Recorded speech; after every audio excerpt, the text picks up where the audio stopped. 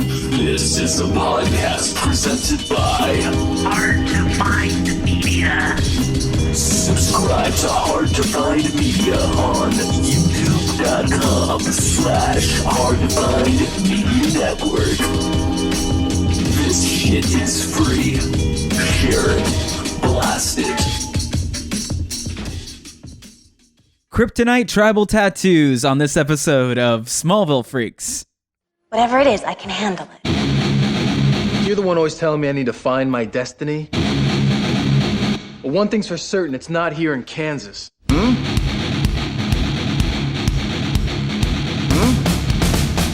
You saved my life. He's a rather extraordinary young man. Don't you think? Hello and welcome to Smallville Freaks, a podcast 15 years too late. I'm Mike Pelly. And I'm Jason Lamb. And we're discussing episode 13 called Kinetic. We're going to go ahead and read the description right now and then get into the episode because I'm just curious how it all pairs together. Yes. I've been on this we've been on this thing where like episode titles of Smallville don't quite match up. We're going to try to make sense of this one. Right. So, Jason, if you don't mind, please read the definition of kinetic. Relating to or resulting from motion. Say it in a British accent. Relating to or resulting from God. motion. So bad. Of a work of art. Oh, God. Depending on movement for its effect. All right. Depending on movement. So, this episode is about 3 ex-football bros who can move through walls. Would Yes. you say that the word kinetic directly references moving through walls? No. I'd say that it wasn't. Kinetic is simply just movement. Yeah. It's just There's- talking about moving, just in So, general. I guess people move around a lot in this Sure. episode. You know, they Yeah. walk. They go- sleep. Yeah. They get up in the morning. They do their thing. And Sometimes they're when they're sleeping, kinetic. they toss and turn. Oh, God. Sure. Let's get into this. Okay. So, basically, in a nutshell, these 3 ex-football players that all lost their scholarships because they got heavily into drugs and got hooked on kryptonite tattoos. Those kids and their crazy tattoos. yeah, You wonder why they do it. I don't know. Just is fun. I don't know. But they decided that they're going to become thieves. They're thieves now. For fucking some reason, they decided to recruit Whitney as part of their gang. Oh, no, because they're all washed-up athletes, and he's a washed-up athlete. They because can he loses sympathize with him. Yeah. Yeah, he loses his scholarship. Here's He's like, the thing. hey, bro, want to hang out with us, bro? Yeah. So Whitney, I guess, lost his scholarship, which we were giving zero context, except for the fact that he says, I lost my scholarship. Right. Those guys lost their scholarship because they got hooked on drugs. This is before the kryptonite drug, but they lost theirs for a reason. We were given context for why they lost their scholarships. Whitney Yeah. just lost his. Yeah, we never find out why. No. Why? So Why? So they recruit him, and they decide to become robbers. And ultimately they're trying to steal from Lex, or blackmail Lex for more money. Their retirement plan, as they would call it. Right. That's the episode in a nutshell. There's some other stuff going on with like the Talon and Chloe that we'll get into, but ultimately that is the episode. Clark stops them, becomes more buddy-buddy with Lex. It's kind of a filler, Yeah. gotta say. I'd say your overall assessment of this is wrong. You know why? Why? Because my, in a nutshell, would be that it's just a bad episode. Oh, it's so goddamn bad. This is like the screen time given to these piece of shit bros Yeah. with kryptonite tribal tattoos. Shit, we should have had a drinking rule for how many times they say bro in this. Special edition. Oh, God. Anyway, I want to talk about the beginning of the episode. The pacing was so fucking weird.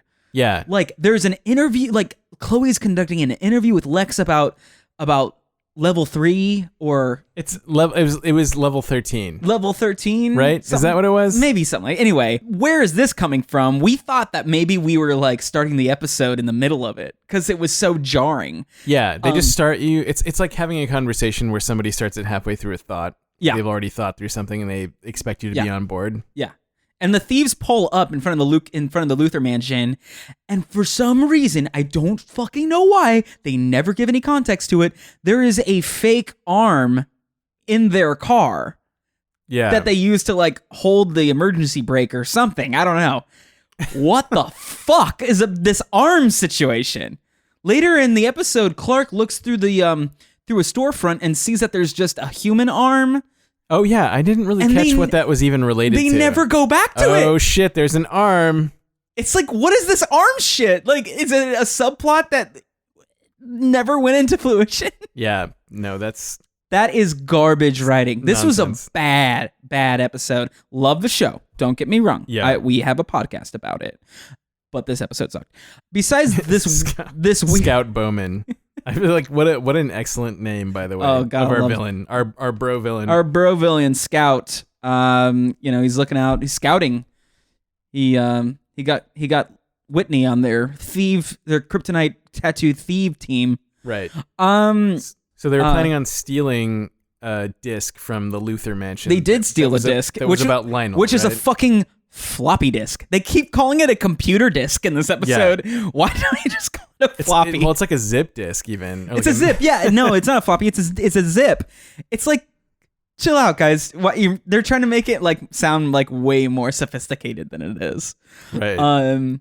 But there is a scene where they're recruiting Whitney, and then someone shows up to like give the main baddie a shot of tequila, and it is none other than movie star fame currently today, Evangeline Lilly. Yeah. Walks into the frame. And she does nothing. And like gives this guy a shot. He does the shot and then he like chases it with a lime that's in her mouth. Right. So they like weird lime chaser make out, and then that's it. She walks off camera. She is a movie star right now. Every generation has their humble beginnings. Oh, that's true.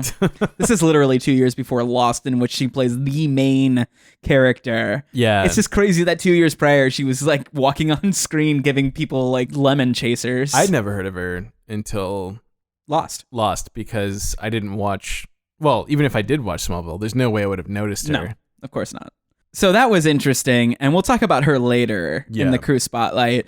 But there is a scene that is straight up ripped off from the Lost Boys movie in this, where they're recruiting Whitney and they're all drinking, having a good time, and then they just throw him in front of a moving vehicle just to be like, yeah, look, it didn't crush you. You went right through it.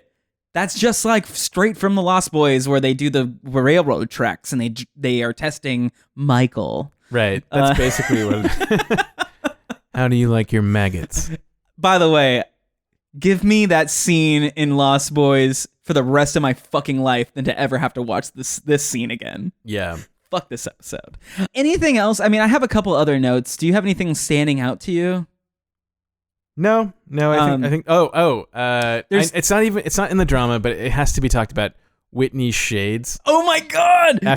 He's working at like a Walmart type place, and he's just wearing. Oh, he looks so douchey. He's got shades on now because he's super cool. He's got like a kryptonite tattoo. Right. Tribal kryptonite tattoo. Oh man, he's so dark. He's so dark and cool. He wears his shades inside. And God, I wanted to like jump into the show and kick his fucking ass. Yeah, Whitney's awful as a character. He's just annoying. Like, why is he even around? Like every episode he gets worse and worse. I can't. Luckily, after season 1, he's not as prominent of a main character. But spoiler alert. Okay, last thing I want to say is at the end of the episode, you get the birth, like the actual real birth of the Talon. Okay. Lana is really, really into it. Parents, another spoiler for the drinking game. But she convinces Lex Luthor, who owns the property now, that she can make something really cool out of it, which she does, as we know, in future episodes and seasons. The Talon is the spot. Apparently, the building was a historic landmark. Yeah. Which I think actually kind of crosses hairs with Lex owning it in the first place. If it's a historical landmark, then some rich guy can't just buy it up. Like I don't know if there's any law against that. It's just like pretty much like there's usually a some sort of clause where it's like it's not owned by the city, but if you were to buy this house, you have to obey this rules. And like I had a friend that grew up in a historic house, and apparently they couldn't modify anything. They even had to like in certain rooms, because sometimes they would do tours of the house, they had to keep the furniture the same. So it's really, really crazy, like what it means to be a historic house. Got it. Interesting. Well, the Talon's here now to stay. Yeah. And we're very excited about it. All right. Should we move on to the drama segment? Let's do it. Trust me, you don't want to know me the way you think you do. Clark, that's my decision to make.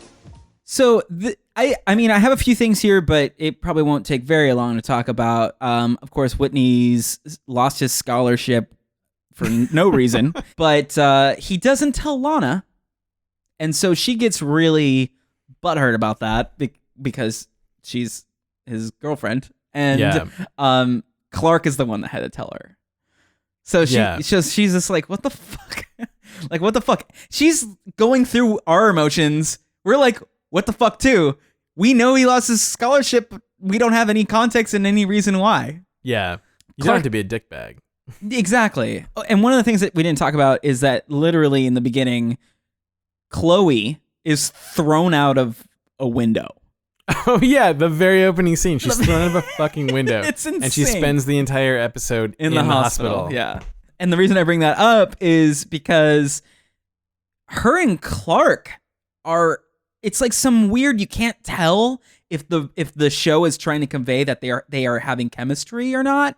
Yeah. But Clark was being really cutesy with her. Like, I wouldn't be surprised if he like bit his lip or something. They were That's the sound of biting your lip. Girl. You know, she was being like, they were just being really playful, and it was like playful in a kind of next level friendly way. Like flirting. I feel like it was flirting. Yeah. But so that happens every time Clark is visiting her in the hospital. But realistically, sometimes you have flirty relationships with your friends. Yeah, but Chloe, you can tell as we know from only just the previous 12 episodes, we gather Chloe is into Clark. She's jealous of him and Lana flirting. Absolutely. And so this episode, you kind of get to see Clark almost sort of firing back a little bit of that flirtation. Right. But it's confusing because in no episode before have we been giving any context to him being into Chloe at all. No. So this is kind of out of fucking nowhere. I think eventually they establish a will they, won't they relationship between them, which never really happens. But we'll get there. Yeah. And I'm really excited to talk about it like in depth. By the way, this episode, when it came on and all the way to the end of it, I have zero memory of this episode. Yeah, no, totally. It's so forgettable. So also, I guess because we were just talking mad shit about Whitney and his like cool shades and stuff like that, but they also had the moment where he tells Clark what's up with like his motivations as a character, which I think is some good character development, where he says that, you know, that he feels hopeless that he'll ever leave Smallville. Right. He feels like he's just stuck. He starts telling Clark that he's just like, oh yeah, you inherited a farm and all that stuff and good for you or whatever. Yeah. I think though that it humanizes him as much as he's a little turd. I don't want to humanize him. I want to kill him. Yeah. I don't want to kill him. I don't want to kill anybody, but I want Whitney no, gone. You can't take it back now. No, he's a fictional character. Yeah. You want something bad to happen to him in perfect comic book form. Totally. So lastly, there's a thing that happens at the very end. It's like the very end. Okay. It's when Lana convinced Lex that she should own and revamp the Talon. Yeah. He says, you know what? Sure, let's do it. And the music starts coming in, you know, that CW music. Yeah. And then he like winks at her or something. He doesn't, but it basically does with his like the way he's gesturing, leaves. And then it does a close up on her face. And it's like, is she into Lex? Yeah. And it's so silly because now I just think that Lana is into any guy that she meets at this point. No, it's true. But it's also foreshadowing because she does eventually end up marrying. Ooh, big Lex. spoiler. Big spoiler. Sorry for those of you who are just watching the show. That is like season 6, by the way. We got Yeah. a road to go. Yeah. And the context is not there. So if you haven't watched the show and you want to know more, keep listening. All right, here we go. Drinking game. Yeah. Party can officially begin. The Luthors are here. This episode, we've got 9 shots. So let's break them down, shall we? All right. We got 2 hospital scenes. Yes. Someone says son or father. That's 1. Mm-hmm.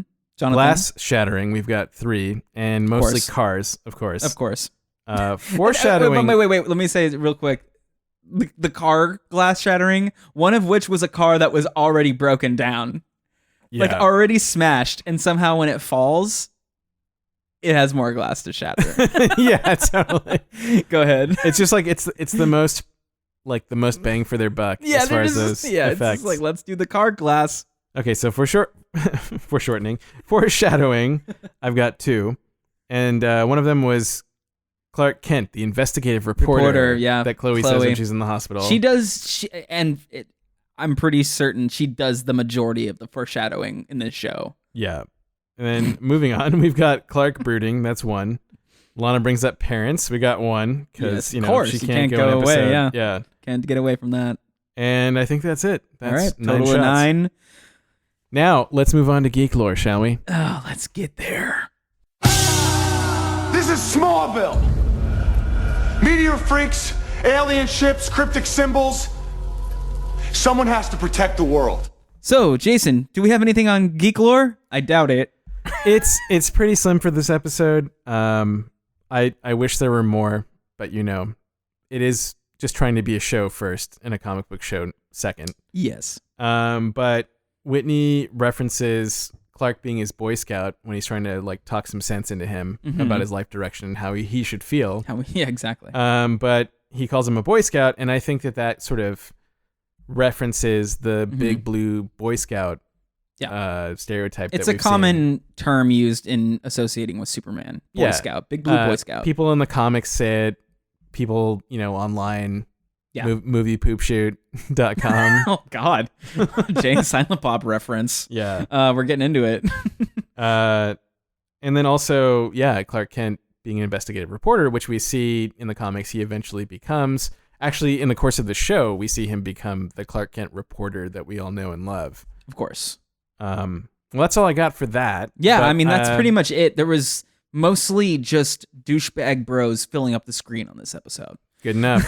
So let's move on to the crew spotlight. I'm to help create the look of the show, to tell the story visually. So, this episode's crew spotlight will go to Evangeline Lilly. Yes. Because, Even though she was on screen for 20 seconds. Yeah. As much as I want to give, people who had lesser roles, they keep getting these people who have their start, and I have to talk about them. You gotta do it. So this was, as we were saying before, this was 2 years before she ended up on Lost, but currently she was in the Ant-Man movie. Yes. As Ant-Woman Wasp, the Wasp to come. Yeah. I guess. And we've got the movie coming up with that, but she, as you were saying before, she's like a major movie star. Yeah. She was in like The Hurt Locker, Freddy vs. Jason, which is awesome because that. So we're talking like a little bit kind of closer to this era. It's slightly after Smallville. Yeah. She was in Freddy vs. Jason. God, I can't believe this. I can't believe she was in this. White Chicks. Just kind of little, basically doing what she did in this episode. Pop in the screen for a second. Yeah. Maybe eventually she started having a little bit more lines. But also my least favorite role. So here's where I'm conflicted. I want to talk about The Hobbit for a second. Okay, let's go. Because she's in that as this character called Toriel, who was totally made up just to fill like romantic interests in the script. So not even an interesting female character. Well, wouldn't you say that it was almost like, so that way they can kind of fill the gap for the Liv Tyler role in this to kind of give that sort of Lord of the Rings feel to it? Well, the reason they did that is, granted, the source material is really bland and there's no female characters. If you've ever read The Hobbit, there's like 0 female characters of any sort of import. All right, well, good for them that. for incorporating. Well, it's cool, but then there's that Tolkien nerd in me that says like, why the fuck is this character in this movie? So I'm conflicted. I understand and agree with it, but also I'm just if they went with these Hobbit movies and it was all male, I'm sure there's going to be some backlash. Right. But I guess there's no fault of Evangeline Lilly. She had an interesting role and she was good in it. If I turned my brain off as a source material fan. All right, so that's it for the crew spotlight then. She's an honorable mention. I mean, again, she just popped in out of nowhere. We got to talk about it. We both like looked at each other. We're like, what the fuck is that? And what's crazy is that her Lost, she was a main character in Lost, like throughout the entire show, like the main character, if anything. Yeah. And that was like 2 years after this appearance where she's just being a lime chaser for a tequila shot. That's all she is. Yeah. She's got the lime in her mouth. The guy chases it, and that's it. She's come a long way. Congratulations, Evangeline Lilly. We're excited to see you in Ant-Man and the Wasp. We're glad you've moved on. Yeah. Thank you for joining us. Jason, where can people find you on the internet? Around. Just look for Jason Lamb. Jason Lamb. Well, if people just look for Jason Lamb, they might end up finding the guy that films the Raiders of the Lost Ark kids version. Oh, and also the guy who was an engineer for DoD pedals. Yes. Back in the 90s. Yeah, you might run into those two guys, but let's just throw your name into those mixes. Let the listeners have fun trying to find you. You can find me at Mike Pelly on all social networks. That's Mike with a Y. Thank you for joining us. Tune in next week for episode 14. Later. Bye.